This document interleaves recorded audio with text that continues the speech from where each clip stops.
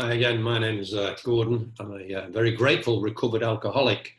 I'm very grateful also to be presenting the step 4 for you today. And we're still in the submission phase in step 4, and it's got a principle of courage. The principle of courage. All men of faith have courage. You know, they trust in God, which we've just been introduced to God in step 3. We've handed our will and our lives over to the care of God, but this is when we start trusting Him to show us and to reveal to us the things which are unacceptable. So we're going to make it shortly. We're going to make a searching and fearless moral inventory of ourselves, a moral inventory. We're going to try and identify the root causes of the problem which need to be pulled out. We're going to be throwing those roots away, giving them to God in step 7. He's going to do that. We can't do that, otherwise we would have done that before. So we continue the phase of submission with less fear now. With less fear because we've got God in our lives now. We've been introduced, having turned our will and our lives over to a loving and forgiving God. We've been forgiven in step 3 as well. Now we identify the defects that have kept us in bondage. Okay, Clarence would always say that this is one of the most misunderstood steps. We're talking about the nature of the wrongs, you know, the nature of the wrongs, not necessarily all the detail about the wrongs, because I know in my case, a lot of the detail was in blackout anyway, so I haven't a clue what was going on. But those, we're trying to find the nature. What was the cause of that? Not the actual manifestation of that. What was causing that? Was it resentment? Was it fear? Was it those kind of things which were causing me to act in a certain way? So it's very important that we don't write all the scum and the dirt and the muck and all that kind of stuff. That's not a problem. You know, God cannot take that away from us. He cannot take what I've done away from me. He couldn't take that away. I've got forgiveness for that. Yeah, I've had forgiveness for that. But he can't take those away. But he can take the cause of that. He can take the roots of those, the nature of those things, and take them away. Take those things so they don't happen again in the future. Yeah. So it's very important that we have a good guidance with our list when we do this step, so that we don't just justify. So when you go back into your break rooms, you'll have somebody there with you who will help you and guide you through that when he takes you through the step 5. So, but at the moment, what we're doing is just going to identify those things. Yeah, the moral inventory. What's my right and wrong? What's my principles of right and wrong? Okay, so let's have a look on page 30, what Clarence still says. If we are a new person, why do we need to do steps 4 through to 9? Yeah, why do we need to do that? Yeah, that's a question for each and every one of us. Our spirit is renewed. We have a renewed spirit, but our soul, that is our emotions and mind, is still full of habits, which we have been practicing. We need to be willing to have God remove them. Sometimes people continue to have a lot of problems after they turn their lives over to God because they don't allow their soul to be renewed. So this is where we need to identify these things and let God take them away, renew our mind, remove our emotions, turn direction, to change direction on all those things which have been blocking us off from God in the first place.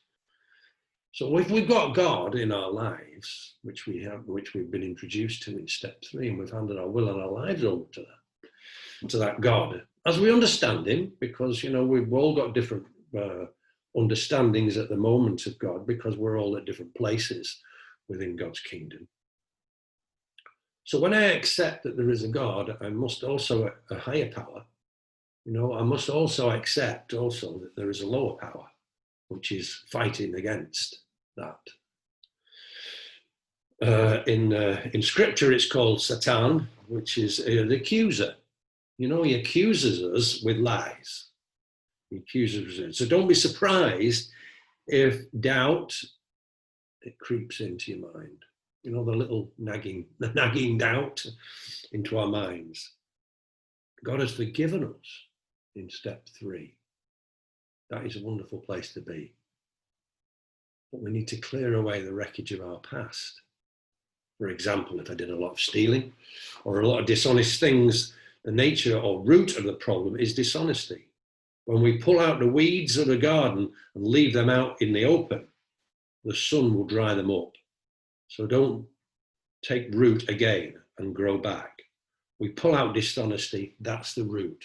That's the root. We can't pull out the manifestation of that, of what we did. We can't get rid of that. We've got forgiveness for that. Okay, let's move on now to page 31. Next, we launched out on a vigorous action. You know, this is a vigorous action after we've just been introduced to God. We've got to keep going. It's an action program, this is.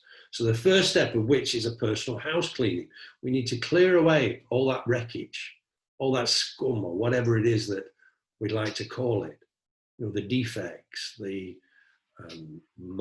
our morals, how are we, you know, whatever term we want to use for it. That's okay. Though our decision was a vital and crucial step, it could have little permanent effect unless at once by a strenuous effort to face and be rid of the things in ourselves which have been blocking us. Our liquor was but a symptom, so we had to get down to cause and effects. Therefore, we launched out on a personal inventory. This was step 4. A business that takes no regular inventory usually goes broke. Taking a commercial inventory is a fact-finding and a fact-facing process. It is in effect to discover the truth about the stocking trade. Okay, we're going to by finding out what stuff is inside of us. How have we been living our lives? You know, that's the way we're going to be working it, because those things that we've had, those things that have been blocking us off, have also formed us. That is part of who we are. You know, well, I'll come on to that in a minute about that. But we did exactly the same things with our lives. We took stock, honestly. First, we searched out the flaws in our makeup which caused our failure, being convinced that self-manifestation in various ways was what had defeated us. We considered its common manifestations. Where had we been selfish, dishonest, resentment, frightened, fearful, whatever, you know, all those character defects, all those nature of wrongs. Though our situation had not been entirely our fault, we tried to disregard the other person involved entirely. Where were we to blame? The inventory was ours, not the other person's. When we saw our faults, we listed them. We placed them before us in black and white. We admitted our wrongs honestly and were willing to set matters straight. We hope you are convinced now that God can remove whatever self-will has blocked us off from him. If you have already made a decision and an inventory of grosser handicaps, you have made a good beginning. That being so, you have swallowed and digested some big chunks of truth about yourself. Okay, so I've got a little box here. I've got a little box I did earlier. And this is us. This is us in this little box. You know, this little box, it's safe, it's secure, you know, it's very safe and secure in this little box. And this guy's in there, this little box here. He's not unhappy. He's quite contented with where he is. But in this box, which is his life, small, secure, you know, trapped by his selfish dishonesty, resentment, fear, jealousy, envy, laziness, procrastination. You know, he's trapped by those things. His life, he's limited. His life is limited by those things in his life. He's got limited life in here. His experience of life is very limited. So in order for him to expand that life, in order for him to get out of that, he needs to get rid of those things so that he can move out of that and not be restricted by those things. So that's what we're doing. That's exactly what we're doing here. We're going to identify these things which have made our life small, secure but small. We want to expand that. We want to experience life more fully. And the only way that we can experience life more fully is to be rid of those things. We're going to do that later. First of all, we're just going to go and identify those things. Okay. So we touched on earlier that we're just going to identifying the roots, not the whole manifestation of those things, not about how it worked out in our lives. We're not going to be writing a novel about that. All we're doing is identifying the root cause of the problem. You know, and you might have heard that people have written pages and pages and pages of their 4-step moral infantry, and I've done all this great stuff and everything like that. But that's not how it was done. That's not how it was done in the old days. That wasn't how it was done by Clarence. It wasn't how it was done by Dr. Baum. You know, in the big book, it talks about in the 3rd edition. It talks about. It said the day before I was due to go back to Chicago on a Wednesday, and Dr. Bob's afternoon off. He had been down to the office, and we spent 3 or 4 hours formally going through the 6-step program. It was at that time. Okay, so he was going through the program at that time. His afternoon off in 3 or 4 hours. You know, we've got all weekend here. Those guys were doing it in 3 or 4 hours. Dr. Bob led me through all the steps at the moral infantry. That's where we are now. We're at the moral infantry. He brought up some of the bad personality traits or character defects, such as selfishness, conceit, jealousy, carelessness, intolerance, ill temper, sarcasm, and resentment. We went over these at great length. And then he finally asked me if I wanted these defects of character removed. Do I want to let go of them? Do I want to let go of them? You know, I remember once a lady came into one of the meetings. I know it's yellow card stuff, but it's not. I'm not going to disclose any names or anything. It was just the fact that when she came into the meeting, first and only time, we talked to her about that it was a program of abstinence. And she said to me, which was shocked me, she said, I cannot be without alcohol because it's who I am. It's my character. She said, and I can't get rid of my character. These things have been forming us. These defects of character. This is a defect of character, not our character, not our good character. This is our defect of character. So we need to have these defects removed and see how we can expand our lives. When I said yes, we both knelt at the desk and prayed, each of us asking to have these defects taken away. It's that simple. It's that simple. 3 or 4 hours he was doing it. You know, I've got a picture here, if I can find it. If I can find it. What is? Don't know if you can see that. Yeah, see that there. That's Steve Foreman's. That's Steve Foreman's. You know, we've got selfish, false pride, resentment, impatience. That's his. We've got mine here. I've got mine here. Got mine here, resentment, fear. I think the only one I didn't have. I think I nearly got 100% in this test. It's the only test I've ever got 100% in. No. So it's that simple. What does Scripture say about this? Scripture, that's where this step comes from. Where does the step come from? It says in the Scriptures, and he said to them, are you so lacking in understanding also? Do you not understand that whatever goes into the man from outside cannot defile him, because it does not go into his heart, put it into his stomach and eliminate it? And he was saying that was proceed out of a man, which defiles the man. From within, out of our hearts of men, proceed evil thoughts, fornication, theft, murder, adultery, deeds of coveting and wickedness, as well as deceit, sensuality, envy, slander, pride, and foolishness. All these evil things proceed from within and defile the man.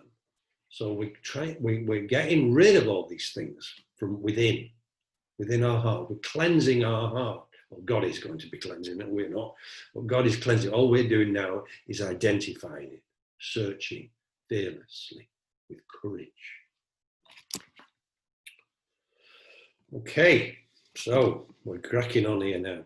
So on page 33 is the instructions of how we're going to do this. So following in is the fourth step, moral infantry, that was used by Clarence. Write your answers on an infantry sheet, which you've got in your books here. These are the things I'm going to run through them in a moment. So those are the things we're going to do. We're going to run through there and we're going to identify them. Identifying some of them, you might have your pets, things which crop up a lot in your life. That's what we're going to do. So we're going to go through those in a little minute, and maybe you want to just write a little example of what that means to you, or what resentment is, or what fear is, what fear you have in your life. And you can go through that with in your step 5 with God and with your break room leader.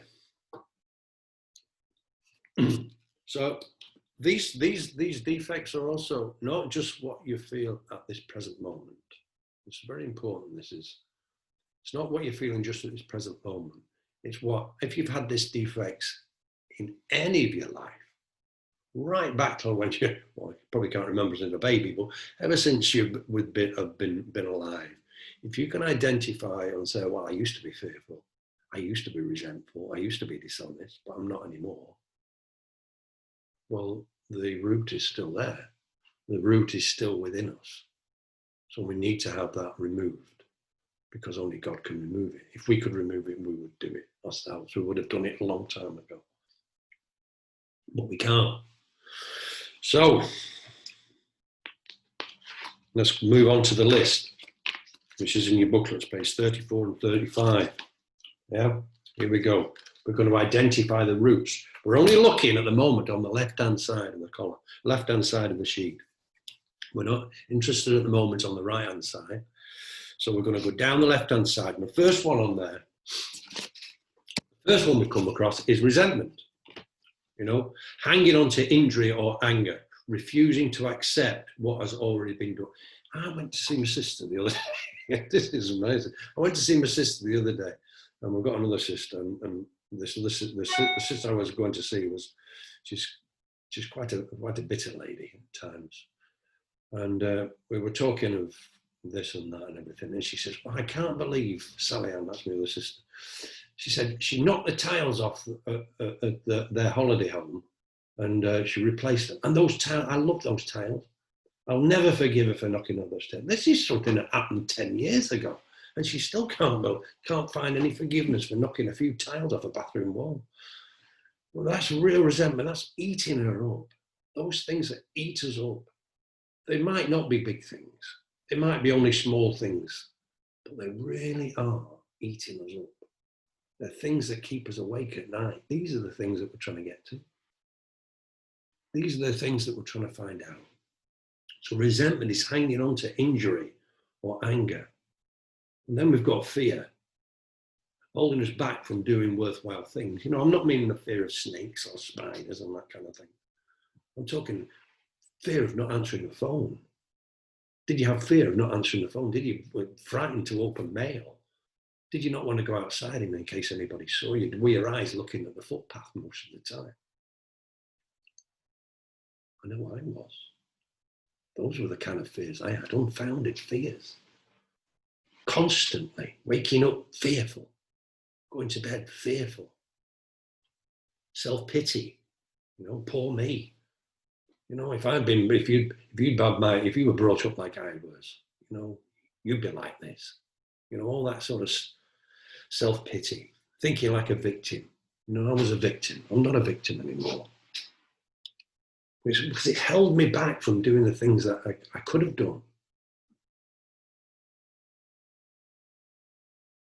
Then self-justification, defending ourselves rather than admitting our faults. You know, defending, justifying the drinking, like I've just said there, you know. Self-importance, ego, you know, putting ourselves first, self-centeredness. Goodness, I was self-centered. Goodness, you know. Shyness coming out because we are focused on ourselves rather than on others.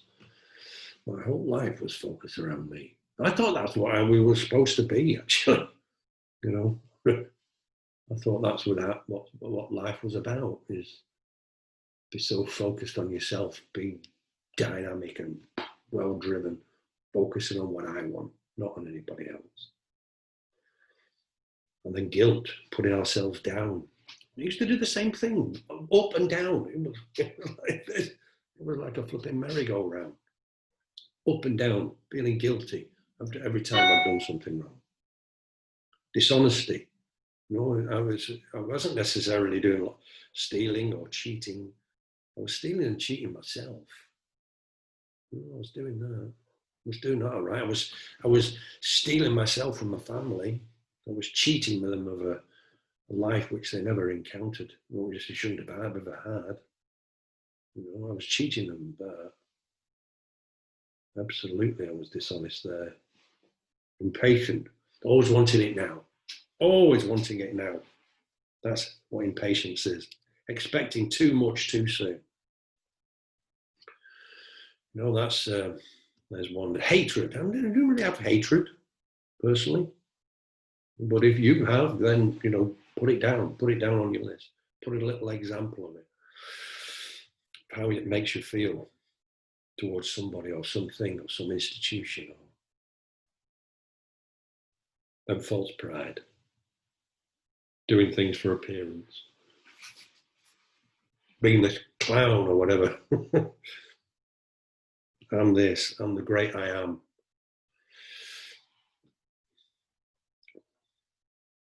Trying to make others think I was better. I was the bee's knees. I wasn't. I was just an alcoholic. I was just ill. I was sick. I was sick. Jealousy, fear of losing someone or something, constantly in that jealousy, constantly in that envy, wanting what others else has and thinking how to get it. Thinking how I could get that. How could I get what they wanted? Because that's how I was brought up. You know, get everything for yourself. Get that, get this, get that. Goodness, it was a horrible way of living. Anyway, moving on, page 35, laziness, unwilling to work. I was never that. I was never that, really. I always worked very hard. I'm sure a lot of you here have worked very hard. You know, you've worked really hard. And I worked really hard to hide my alcoholism. That was the reason I was working hard. Doesn't affect my work until I got sacked. But that's a different story. That's another story. Procrastination, putting things off, always putting things off. Crikey, my intro was like this. My intro was like this. Unbelievable. Unbelievable. Always putting things off. Insincerity, putting up a false front, people pleasing. Goodness, I used to do that an awful lot as well. Again, to hide my alcoholism. Negative thinking, dwelling on things can't work. You know, negative thinking, oh, this and that, blah, blah, blah, like a big depression on my head. What I had. Immoral thinking, lust, pornography, dirty jokes, you know, astrology, fornication, adultery, sexual, horoscopes, devil worship. I didn't do any of that, but there was a lot of the other things that I used to feel comfortable with. I don't anymore. Perfectionism. Goodness. Everything had to be just right. Not everything had to be just right, but everything had to be my way. Because I was the one that knew how to do it best. loose talk, gossip, you know, in the church. Have you heard about, what's his name, what's she done? Making myself sound better. Have you heard what he's done? Making myself sound better by putting others down. Greed, gluttony, wanting more than a fair share. Never been happy with when I got a pay rise. Never been happy when I got a promotion. Never, never. Always wanted more. And that is the end of the list, but it's not the end, because you might well have some other ones. And if you have, then you do know of any other ones, or you may come to think of them once you go through your step 5 with the break room leader. You might come to think of some others which you had. You know, I know I did. I had covetousness, desire to possess unreachable things. I was reaching for the stars, but never going to get there. Always wanting more of everything. So if you've gone through that now, if you've gone through that list, for a little example, if you needed to be an example, then we've come to the end of step 4. That's it. Sign it and date it, and that's it. Thank you.